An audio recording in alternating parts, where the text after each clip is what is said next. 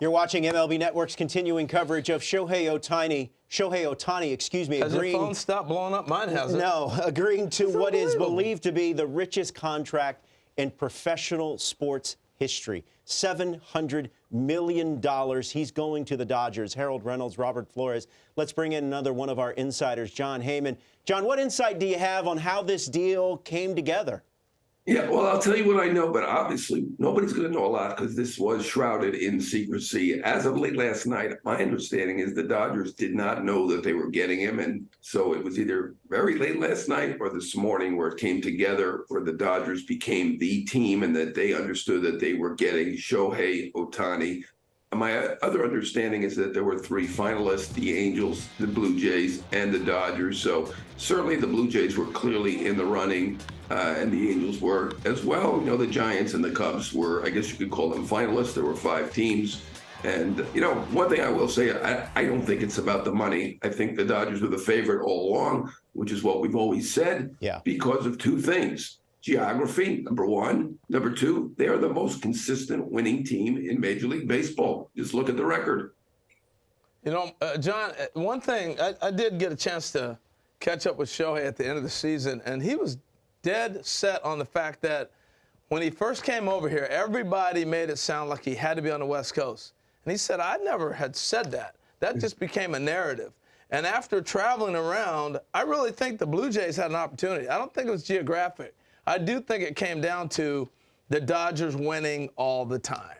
And if you're going to be somewhere for 10 years, wouldn't you want to have a chance to be in the playoffs every year? I think that's what it came down to. Yeah, I think it's those 2 things. Certainly, I heard that he loved Southern California. What's not to love? He lives in Newport Beach. Whether you can drive from there to Chavez Ravine in a reasonable time, I'm not so sure. So perhaps we'll get a place closer to Pasadena, downtown Los Angeles, somewhere near Chavez. He certainly can. However he wants to do it, he can do helicopter, whatever. Certainly can't afford it. But, you know, I don't think it's about the money. I mean, we're going to talk a lot about the money because it's eye-popping, record-setting. I projected $600 million forever. Beats that by $100 million. We'll see what the actual value of this is after all the, numbers are actually figured out and we know what the deferrals are and for how long. But I don't think it's really about the money. I don't think he's about the money. I think, yes, the winning, but the geography counts. And now the first time, I'm not so sure. But this time, I heard from everybody around him that he loved Southern California. So I do think that was a factor as well. But, yeah, he certainly wants to win. I'm sure he was frustrated over the last 6 years. The Angels did him right, having him pitch and hit at the same time, became this international superstar, even beyond what he started as. And, got to give him credit. And I like the fact that he did give them credit. And by the way, I don't mind the fact that he didn't do a repeat of LeBron. That's not him. It's not, he's not obligated to do that. So I don't blame him in the least. And I think it's fine that he announced it on Instagram, and I get it. Hey, John, the interesting thing here, too, I talked to one of the high-end executives on another club, and he was saying, everybody's acting like he didn't get injured. So, because I was thinking, with the injury, then money might drop down. Because we were talking 600, 700. Right. Everybody's throwing different crazy numbers out there. But when he got injured and he was going to have Tommy John surgery, you're thinking, wow, will he come in at 3? Will he come in at 4 now? They acted as if it didn't, and here we are. So how many teams just ignored the injury? And why was that?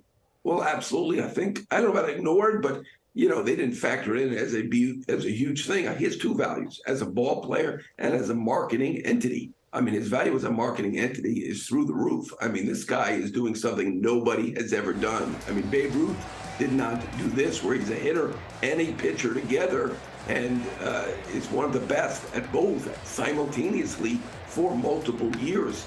I mean, he could have won 3 MVPs in a row. The only reason he didn't is because Aaron Judge broke Roger Maris's home run record. Otherwise, 3 MVPs in a row. This guy is a marketing huge plus for any team that would have signed him, probably more so for Toronto than the Dodgers, because they already have a lot of great stuff lined up. They basically sell out. They've got a great TV deal for like $2 billion. But I think part of it with the Dodgers, too, was that, they have a history of having these great baseball figures in their organization. Jackie Robinson, one of the greatest figures in baseball history, if not the greatest. Vin Scully, the greatest broadcaster arguably in baseball history. Sandy Koufax, arguably the greatest pitcher in baseball history. And now they've got the guy who's clearly the most versatile player in baseball history and maybe the most talented. So, I mean, I think this was huge for the Dodgers all along. They cleared payroll space. This was the match that made sense from day one. And day one was over a year ago. We started to think about this, and you know, it worked out in the end. I know there were some twists and turns to this, and I get it because everybody wanted this guy who could afford him, and a lot of people could afford him. As far as the money, we don't really know what the money is yet, right? It's great that they have a nice figure out there, $700 million, but we'll find out once all the deferrals are figured in. But it did make sense from the start. I'm happy for Shohei. Good guy for a team, and one of the greatest players of all time, and the Dodgers' historic team, and it made sense. But that lineup, unbelievable. I saw you guys and Joel mentioned it, to have Betts, Ohtani, Freeman, 1, 2, 3. They finished 1, 2, 3 in the MVP. Obviously, one was in a different league at the time, but we've never seen anything like this before. This is the greatest top of the lineup ever, by far. John, we'll get you out of here on this one. Elaborate, if you would, what this deal potentially does now for the rest of free agency and the free agent market. Still some big names out there. Right. You know, I mean, I think it certainly blocked up free agency. So I'm glad that he got the deal done now in fairly early part of December. And we've got a lot of great players to go. Certainly the Cy Young winner and Snell. We've got Montgomery, Bellinger. There are a lot of terrific players who haven't yet signed. And I think this will open things up. Everybody will know what they need to do now. We know that the Cubs, who have a lot of money, didn't get him. They've been in on Chapman and Bellinger and Hoskins. The Giants, they certainly need to get a big player. They've been on Chapman and Bellinger and Lee, the Japanese player. So we're going to start to see guys, I think, flying off the board. And don't count the Dodgers out on Yamamoto. That's something to think about. They can afford to do both. They can do both. They can do Ohtani and Yamamoto. But I've heard that. You know, obviously, you're right, Harold. Exactly knows. The Mets and Yankees are obviously one of the favorites too for Yamamoto, but that's going to be another interesting one. Not obviously as big as Ohtani. One thing to consider is if you're Yamamoto, do you want to be on the team with Ohtani? Is it a plus or a negative?